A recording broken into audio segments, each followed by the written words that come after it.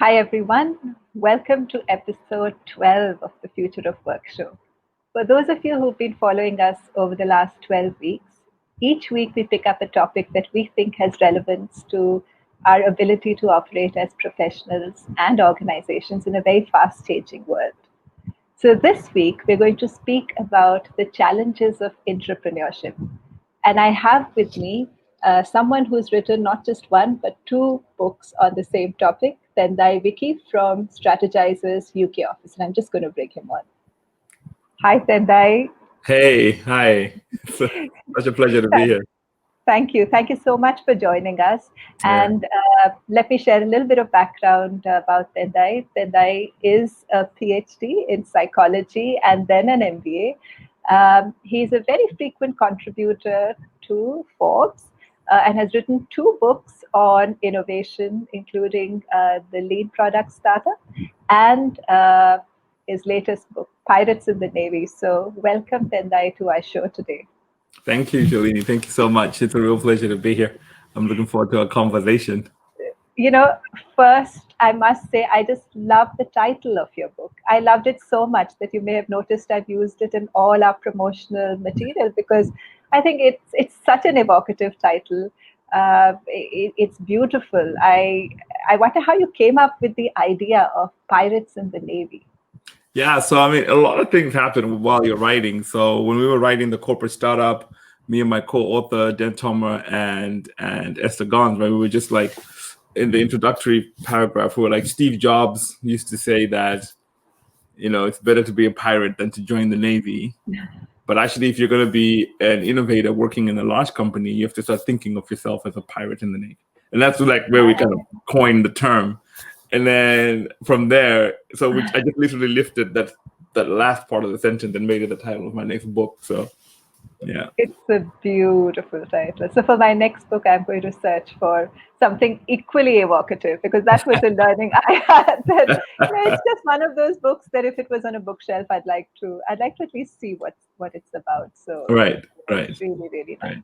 Yeah, no, thank you very much. Then I have one question, really, to start off our conversation today.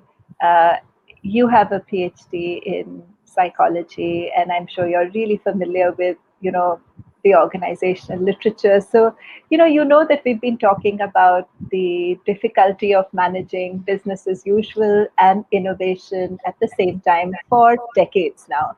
I mean, I think the first big article came in 1976, and then, of course, in I think 2004, the big HBR article by Charles O'Reilly and Tushman came out on the ambidextrous organization. So it's Yeah. been like 40 something years, 45-ish years that we've been talking about this difficulty of being innovative and running an established organization. Your entire book speaks to exactly this problem. So, what are your thoughts around? Has any of this become any easier? Have we learned something? Have we forgotten lessons that were learned at one point in time? Yeah. So it's interesting, right? Because at one level, ambidexterity is a human challenge. It's a human psychology challenge before it even becomes an organizational challenge. It's a human challenge in the sense that what do you do with yourself when you become successful, when you achieve the pinnacle of your success and you have a business model that works, or you have a career that works, or you're a sports person and you've won 12 trophies, whatever. Like, what do you do with yourself then?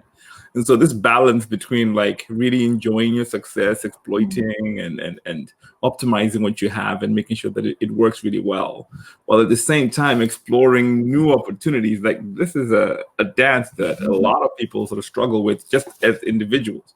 And then when you combine individuals and you put them into an organization and you say, let's do this together, let's like run our core business while exploring new opportunities, you really have to build structures and processes that allow that to happen. I think a lot of people underestimate the power of structures, context, management tools, practices, and how those things constrain people's behaviors and direct them towards doing specific sorts of things. So the challenge is perennial. It's always been around. But the thing that's changing now is the toolbox.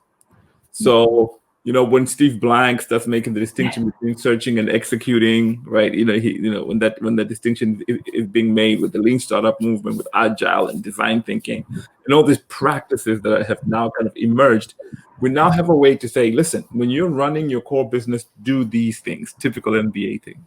When you're running the explore side of your organization, do these things, run experiments, build hypotheses, design business models, test, iterate, pivot, etc. Right? And this is how you structure those things. So people now know there's two different practices. The next layer, which is not yet common across many organizations, is what does that look like from a management perspective? How do you lead? The ambidextrous leader, another article that was written by O'Reilly and Tushman, right? But what does that look like in practice? What are the right things to do? When do you know what toolbox to apply where? How do you make sure you're asking the right questions at the right time? How do you make sure you're not asking your team questions about revenue in year 5 when they're still exploring whether there's a real customer need, right? So all of these things are things that we're still thinking about and kind of working through, but we have evolved, we're getting better. So you are saying that one of the learnings for us as people who work with organizations and of course business leaders has been a whole new toolbox and a set of and a vocabulary to express different parts of that toolbox. Exactly, because the challenge of doing innovation inside large organizations was that we were using the toolbox for managing the core business to manage innovation. So if you ask a team, what does it take for you to get investment on new ideas in your company? They'll tell you, well, I have to talk to my manager, and then I have to write a 35-page business plan, and then I have to take that to a board, and then I have to, all of this like kind of ritual. But we're talking about a new idea in a new market where we don't have any customers, right? And so it is that which was stifling innovation, because if the leaders are not convinced by your business case, they're not going to invest in your idea. So you never get a chance to test or experiment and bring real evidence that your idea might have legs, right? Right. So then let me come to my next question, which really relates to the point you just said, that perhaps as leaders, we haven't quite figured out how to combine some of this. In your book, you speak a lot about, challenges which leaders themselves have, or big, large established organizations have, in creating space for innovation. Can you talk to what some of the biggest challenges actually are? Yeah, so I mean, I can tell you a couple of stories that really illustrate the challenge. So I did some training work in Mexico City a couple of years ago, and I train the leaders, I train the team, and then I get them together to sort of see if they can have a conversation about one idea that we're really thinking about working on. And so the team does the pitch, and then one of the leaders says, you know what, I can't invest in this idea. It doesn't meet our financial hurdle rate. And right there in that moment, you can see that they've spent 3-4 days with me telling them, listen, this is not the question to ask. But when they actually have to do something serious, that's the toolbox they go to. But not only did he say that he can't invest in an idea because it doesn't meet the financial hurdle rate, he then told the team, go and work on your business case and come back when your business case meets the financial hurdle rate. So what he was telling the team was, go and fiddle on the spreadsheet, make sure your spreadsheet meets the financial hurdle rate, and then come back and we'll give you money, which is very different to how the entrepreneurship ecosystem works. When an investor is telling a team to go and figure out something by asking them, go and figure out what the customers want to buy. Go and get your first sale. Go and close your first distribution deal, and then come back because you would have shown us that your business has legs. Whereas inside large organizations, we're saying, go work on the spreadsheet and the PowerPoint presentation and then come back to it. And so these habits are really what gets in the way. Another team that I was coaching is asking for just a little bit of money, like $50,000, to go and run their first set of experiments. And the leaders are like, why are you asking for so little money? Do you not believe in your own idea? If you don't believe in your idea, why should we believe in your idea? So you can see that leaders have habits that are really stifling innovation. And because as teams, we know that to succeed inside our organizations, we have to do stuff that pleases our leaders. We end up dropping innovation projects and working on things that are much more likely to be successful and get us the promotions and rewards, right? But isn't this, Tendai, very natural? So, I have a similar story. A few months ago, I was working with a leadership team, and, it was actually a strategy retreat, but the intent of that strategy retreat was to come up with new ideas. But people who've worked for their entire career and have become successful in a very established organization, this was a very established organization, have learned to think a certain way. And that certain way works really well when you're managing your core business. But even when you introduce a set of ideas, uh, it's still something that they haven't actually lived through, and they've just probably heard, like maybe in the case of the team that you were coaching. So how does one even begin? Because most people who have careers in an established organization have very conventional MBA sort of careers, and I've had them also Mhm. for a period of time, where you sort of you understand how to run a particular function well, and then you rise through the ranks of an organization using the idea which the organizational leaders use to decide what's a winner or what's not a winner as an idea to back. So how does one learn this new set of ideas when perhaps one is never really going to experience it, the way an entrepreneur would, when your feet are to the fire and that's Yeah. all that there is to be done. So, Yeah. No, I think that makes sense. When you said natural, my first instinct was like, well, it's not natural. It's not like, yeah, it's an acquired behavior. It's learned. yeah, And it's so learned. what's natural about it is that it's habitual. It's something you're used to. That's your go-to form of thinking when you're evaluating ideas. And so the way to break habits and acquire new habits is to try. And so what we learned was I used to do this work where I used to set up innovation boards and I would train them and then leave them to it. And then when I came back to check in on them to see like how well they were doing, I found that they were doing the same thing that they'd always done.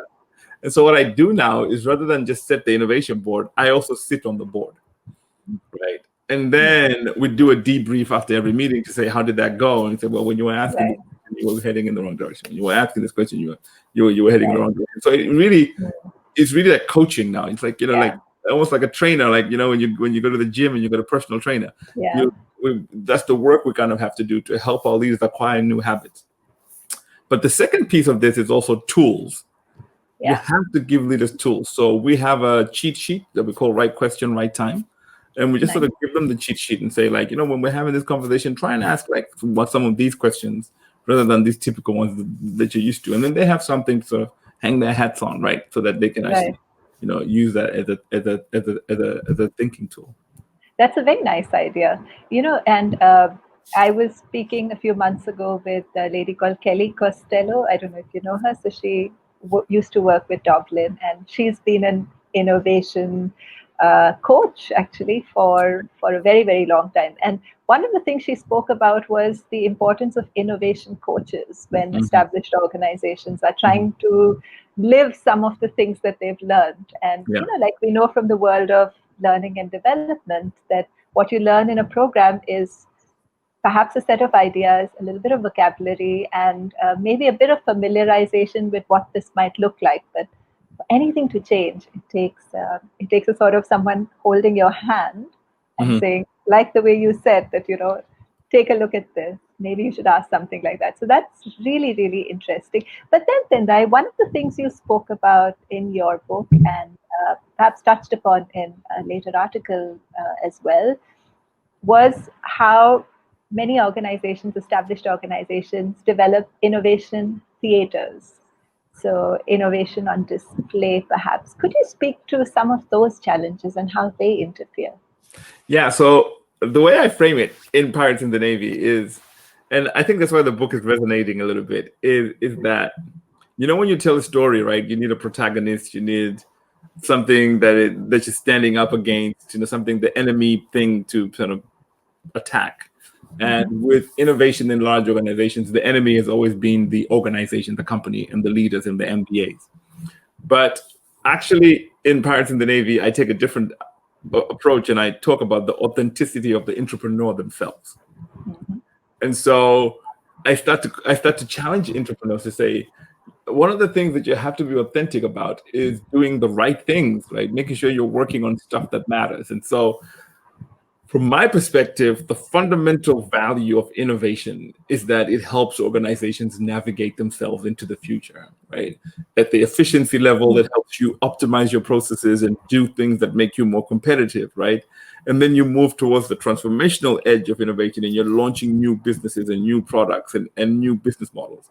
And what that's doing for your companies is giving you new revenue streams to sustain your business again into the future and keep yourself competitive.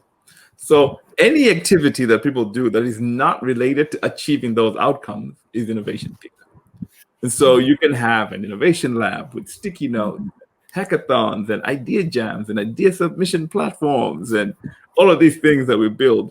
And if none of those things are pointed towards helping the company create value so it can sustain itself into the future, it's just innovation theater. And we call it innovation theater, things that look like innovation, but are not really creating any impact in practice. And so we try and tell entrepreneurs to stop doing that stuff, because the more and more they do those things, the less and less impact they have on their organizations. And then leaders are like, yeah, we've been funding that innovation lab for the last 4 or 5 years. What have they produced there of value?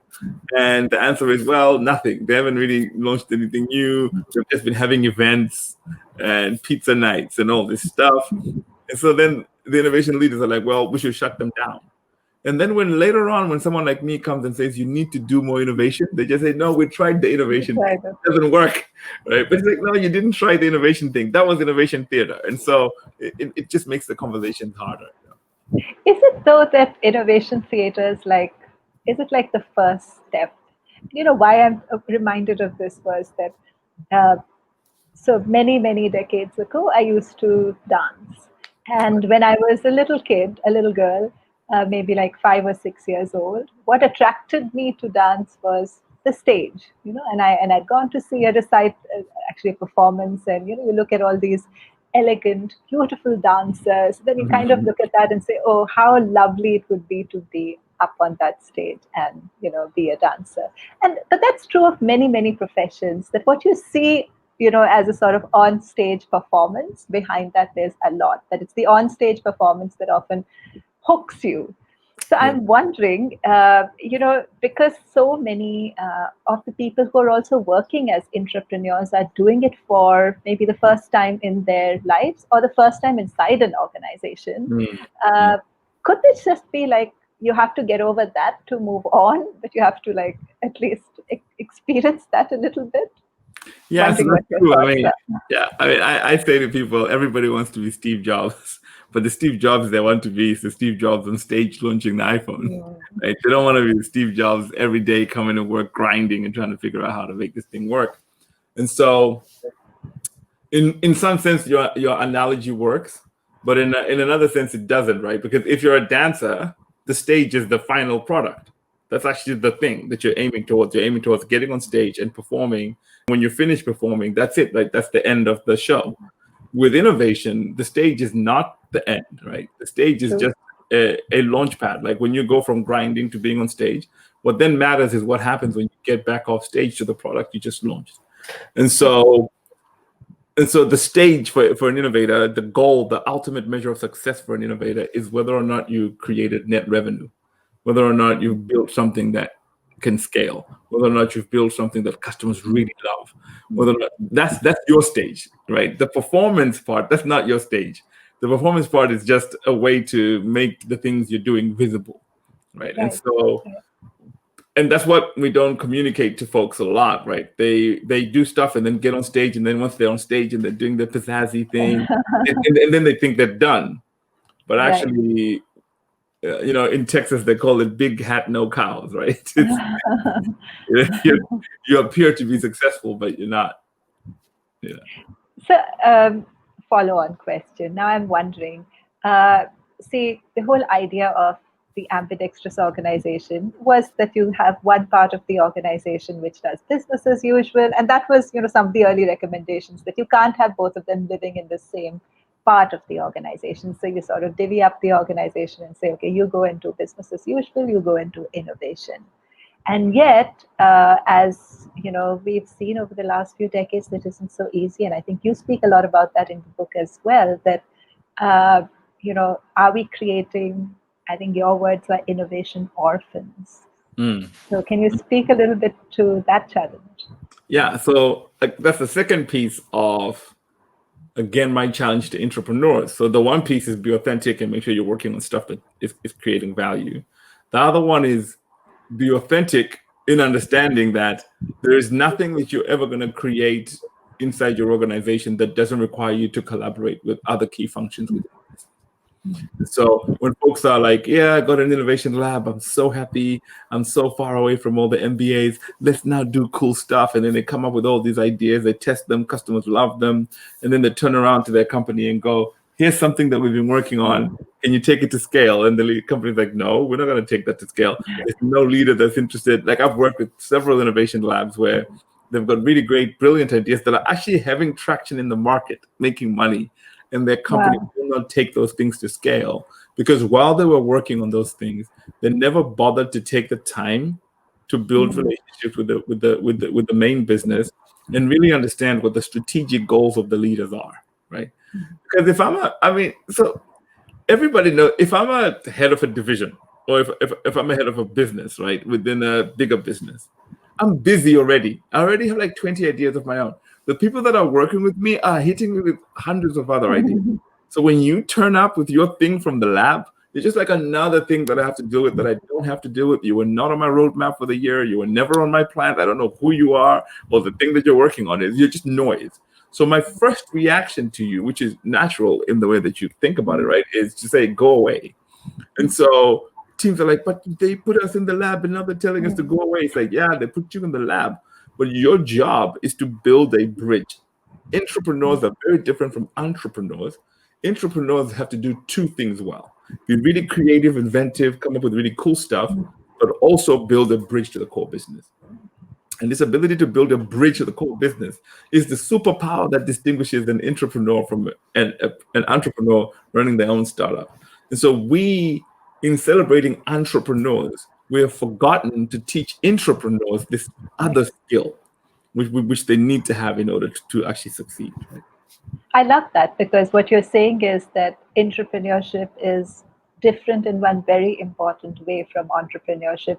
It is, of course, about finding a new business idea that's likely to lead to more revenue, more growth for the organization, but it's also about learning to play within the organization so that your idea finds the kind of traction and influence that it needs.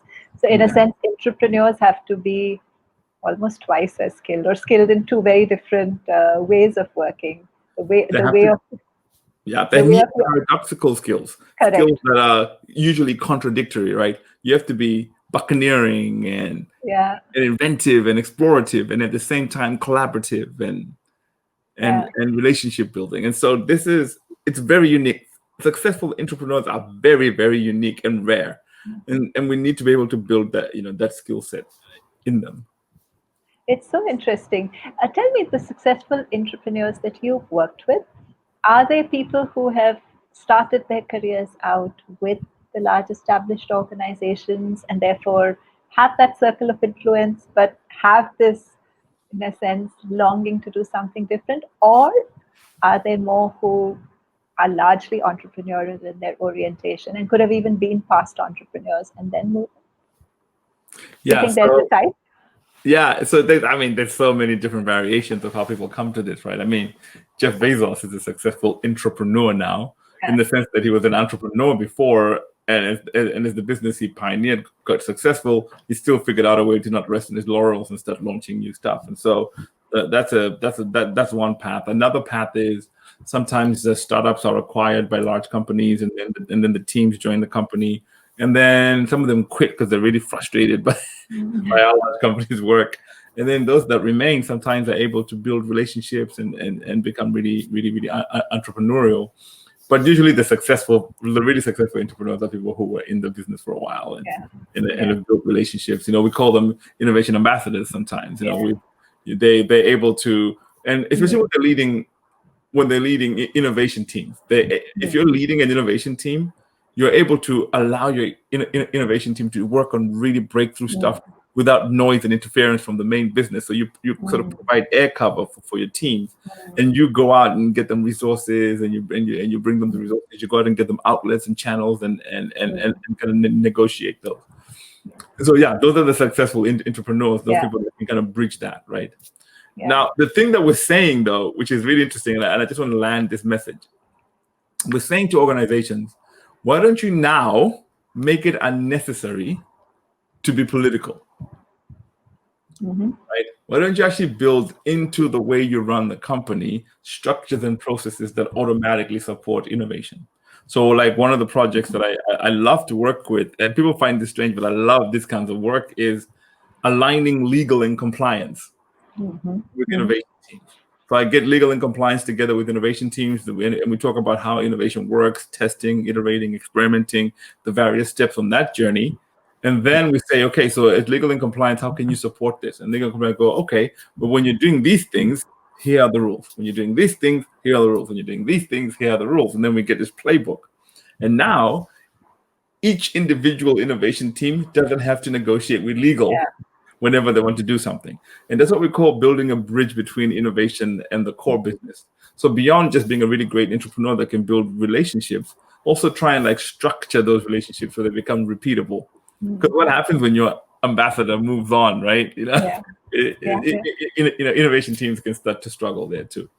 Yeah, and I think there is some research on the innovation teams that are most successful to have a lot of linkages within the rest of the organization. So they're sort of nested and not too far removed. Perhaps in your terms, don't become orphans too soon, at least. Exactly. Be a pirate in the Navy. Be a pirate in the Navy.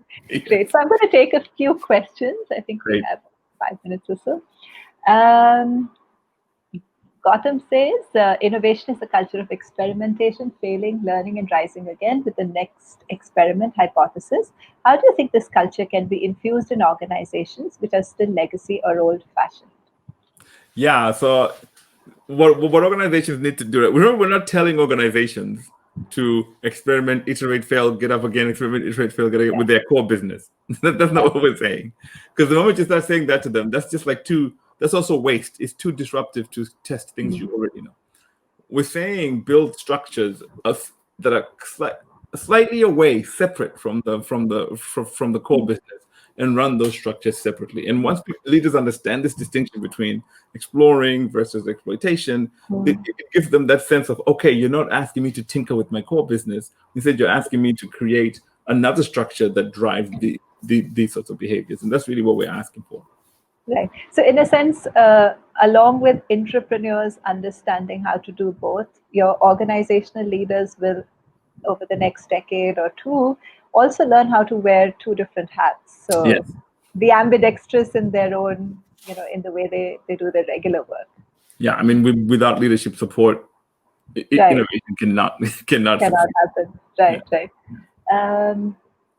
Let's see. There are lots of comments. Thanks, Vinay.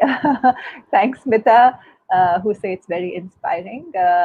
Lakshmi says, very true, organizations are built for efficiency, and if they use the same method and metrics to evaluate innovations, it falls apart. Dheeraj says that absolutely makes sense. It's a continuous exercise. Arvind says, wonderful, thank you.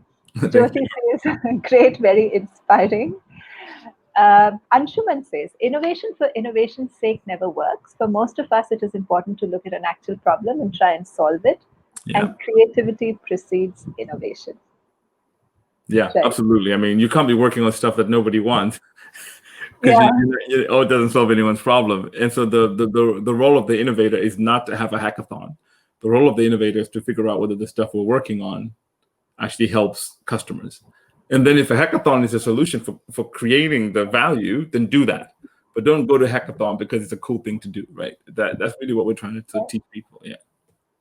So your top 2 or 3 suggestions for people who are working in established organizations but feel a desire to become entrepreneurs or part of an innovation lab, what would be 2 or 3 things that you would suggest they can start doing wherever they are so that they have the kind of ambidextrosity you spoke about when they move into an innovation role? Yeah, so the first thing I would say is Forget everything you've heard, even from me. Go out into your organization and really understand where you are. Like, be really savvy and context aware. Like, how does my company work?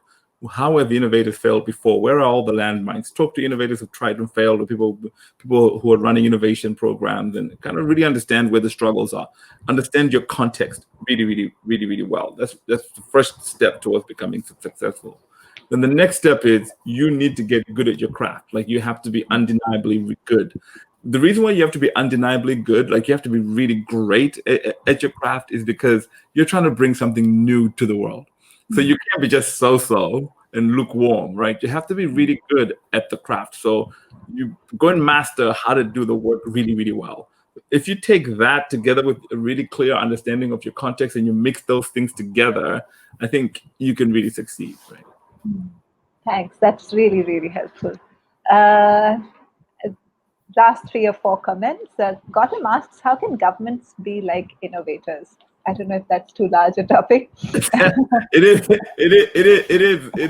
is a big topic, but again, governments are learning how to do it, right? Like, like the UK government, right, had like a whole unit that was like running agile, and when they did the digital transformation, when Obama was president, the US government had a large innovation unit. So governments are doing it as well, but it's the whole thing about balancing doing everyday government business versus the transformational pieces. So the dance still remains the same there. Yeah. Right. So I think that's it. I think those were my questions. Thank you so much, Tendai. This is such an interesting topic, how to build better entrepreneurs. I'm sure you have this experience all the time, but most established organizations are searching for something that will work for them. And at this point, I think different organizations are trying this in many, many different formats. For instance, one large group I know decided that they're going to only incorporate young people into an innovation lab. So, they had a cutoff at 18 months to 5 years, and no one older than that they thought was fit to be in an innovation lab. That's also just an experiment. I'm not sure how that will play out, but that's an experiment. So you see so many different formats at this time. So this is a puzzle that I think we're all sort of trying to find our way around, because of the central problem that today's organizations, the established ones, are so good at one part of the business, and this is still like a second language where they're sort of building fluency, and we'll hopefully get there, but still building fluency. Yeah, no, thank you. Everything you say is absolutely right. It is like learning a second language. Absolutely. Yeah. Thank you. Thank you so much. It's been a pleasure to have this conversation with you. Thank you, Tendai. Thank you so much. Thank you. So with that, we come to the end of today's conversation.